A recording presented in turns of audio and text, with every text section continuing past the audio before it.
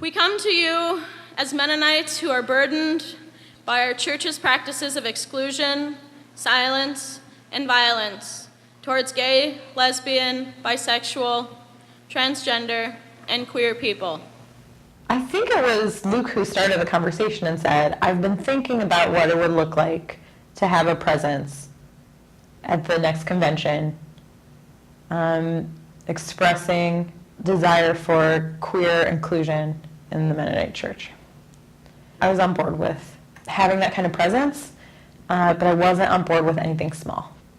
And so we, strategized this just sea of pink. And the next morning, I just woke up, I sat straight up in bed and pulled my laptop into bed with me and just typed out a visionary document of okay, here's how we can invite people to be part of this. Here's what we're asking of people. Here's the call to action. Here's how we'll move forward. The first conference, we went to a thrift store and just got about everything pink that they had. And we set up in sort of a place where youth had to walk by us, and it was a central location, and just gave away pink stuff. And we were selling t-shirts just to get more people wearing pink. We were handing in information. I think there was a worship service, somebody from GLAAD to try to get some media involved. There was a local TV news station there when we had a vigil or a witness. It was really powerful. It just felt like the right time and the right thing, and it felt really exciting. We kind of had no idea how many people would be yeah, yes, I want to be part of this. Yes, this is what we need to be doing. Yes, I have a queer family member. Yes, I know queer folks, and this is just what's right. Yes, I want to be part of this beautiful movement. One of the transformative things that happened is that folks who wore pink, for better or for worse, got to figure out what it felt like to walk around out and queer in Mennonite spaces. And they learned that it does not always feel good.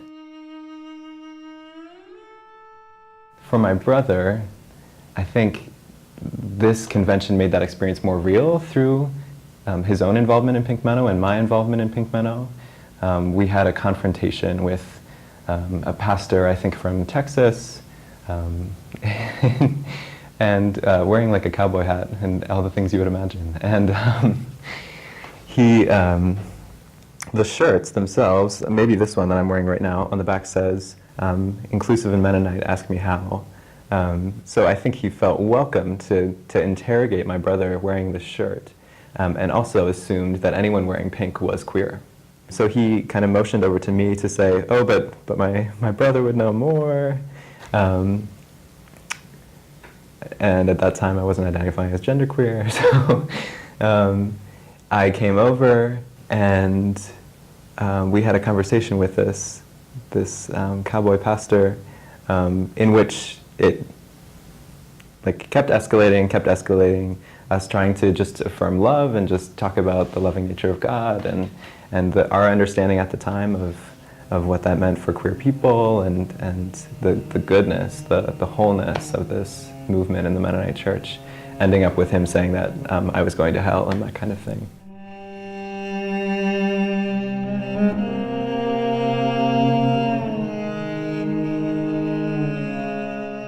But the one that was really difficult for me is during one of the hymn sings, a man walked up to me and whispered in my ear. And so we're singing so no one else can hear him. And he said, "You are worse to me than if the military came here and was recruiting."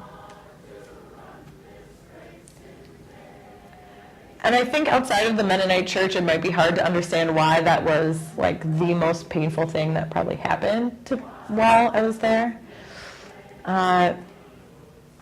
But we're a peacemaking church. What I learned from the church is to make peace. And this man just said to me that I am worse than an entity that exists only for violence. My queer body singing a hymn was worse to him than that. And then he whispered it in my ear so no one else could hear him, so that he did not have to be accountable for what he said to me.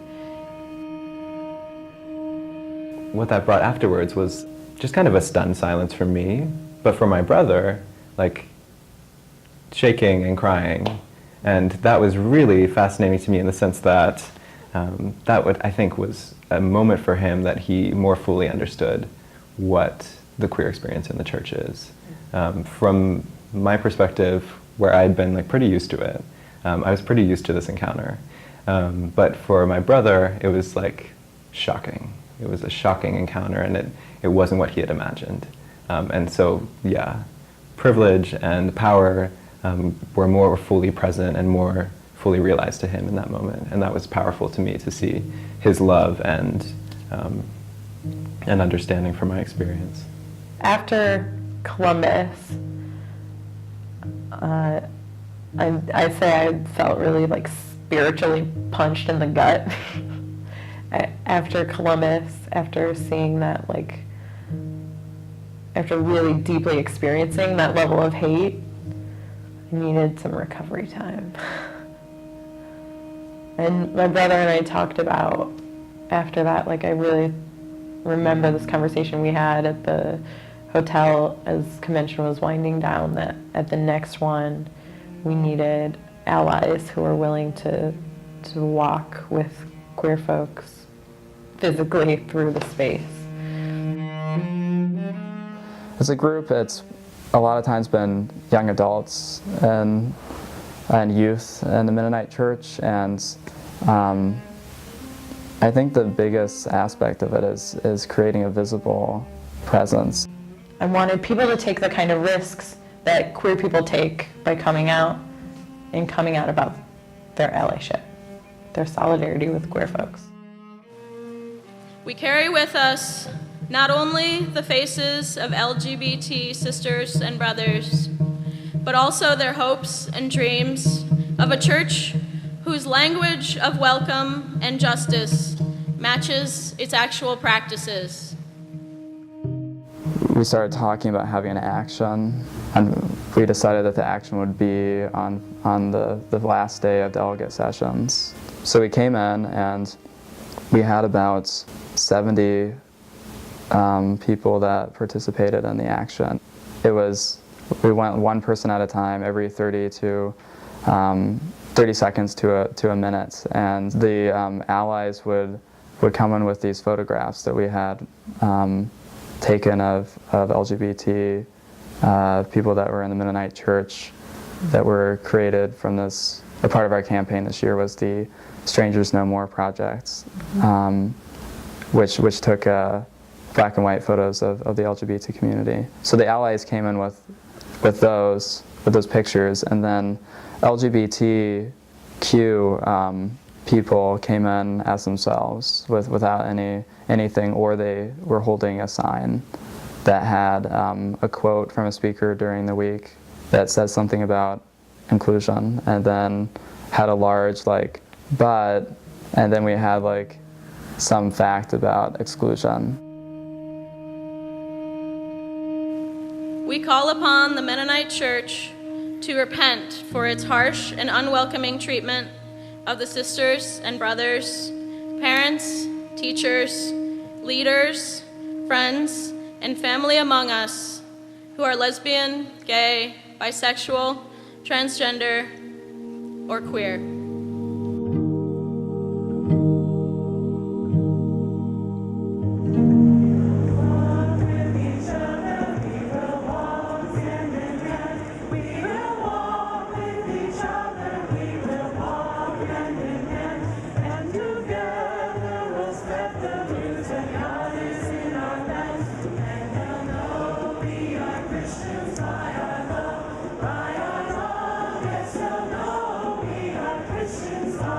For one, it's been such a blessing to have inspirational people on the Pink Menno leadership team to learn from and to grow from and to talk with and to be held accountable and to share stories and do this work together. So I think, if anything, that has been the biggest part of my spiritual growth, mostly done on Google Hangouts, connecting with folks online, but now even better to be connecting with them in physical shared space.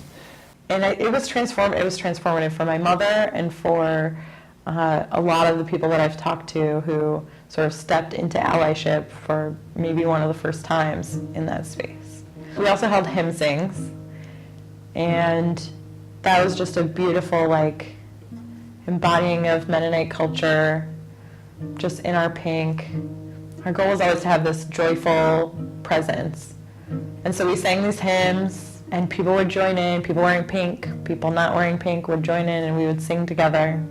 That really made some people angry. Especially because I think it made some people think about the words of the hymns in new lights. Today, we bring before you our faces, our yearnings, our bodies, our dreams, our hopes, our faith, and declare that we refuse to be strangers to one another.